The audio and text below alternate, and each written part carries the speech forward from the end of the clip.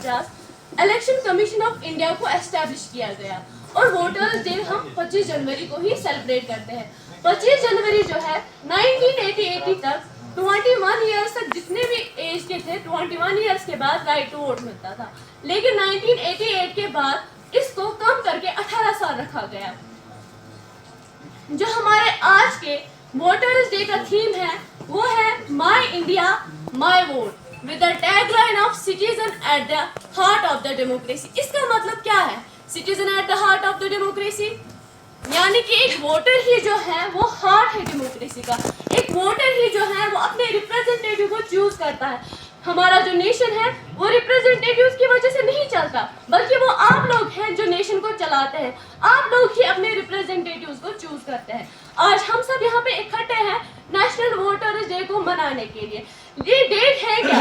ये डेट सिर्फ एक तारीख नहीं है, बल्कि ये वो दिन है जिस दिन हम अपनी आवाज को सेलिब्रेट करते हैं। मैं आपसे एक सिंपल सा सवाल पूछना चाहूंगी, अगर मैं आपसे बताऊं कि आज से आप बात नहीं कर सकते, आपकी आवाज आपसे छीन ली जाती है, तो क्या आप कहेंगे कि आप लोग आजाद हैं? कहेंगे कि आप लोग आजाद हैं? नहीं, जब तक आपके पास आपकी आवाज है तब तक आप लोग कह सकते हैं कि आप लोग आजाद हैं। तो ये वही दिन है जिस दिन आप अपनी आवाज को सेलिब्रेट करते हैं। India is one of the largest democracy, जहाँ पे हर एक सिटीजन को राइट टू वोट है।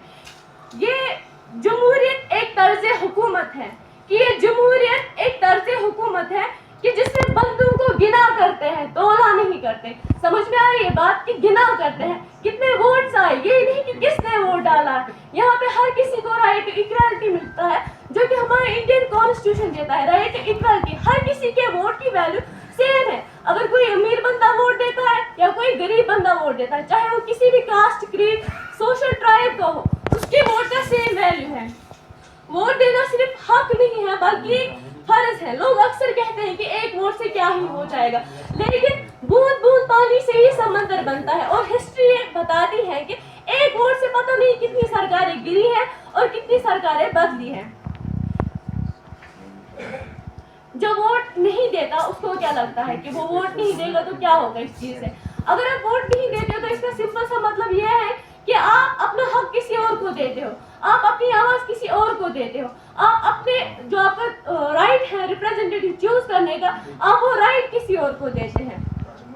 कश्मीर हमेशा से सब्र और समझदारी की मिसाल रहा है, लेकिन अब वक्त आ गया है कि हम अपनी समझदारी को इस्तेमाल करके पार्टिसिपेशन में लाए और अपने जो रिप्रेजेंटेटिव हैं, जो लायका रिप्रेजेंटेटिव हैं, उनको चूज करें। हमें वोट लालच, प्रेशर या किसी के बहकावे में आके नहीं देना, बल्कि अपना दिमाग इस्तेमाल करके अपनी रिस्पॉन्सिबिलिटी को समझकर वोट देना है। आज के लिए इतना ही, बाकी अल्लाह।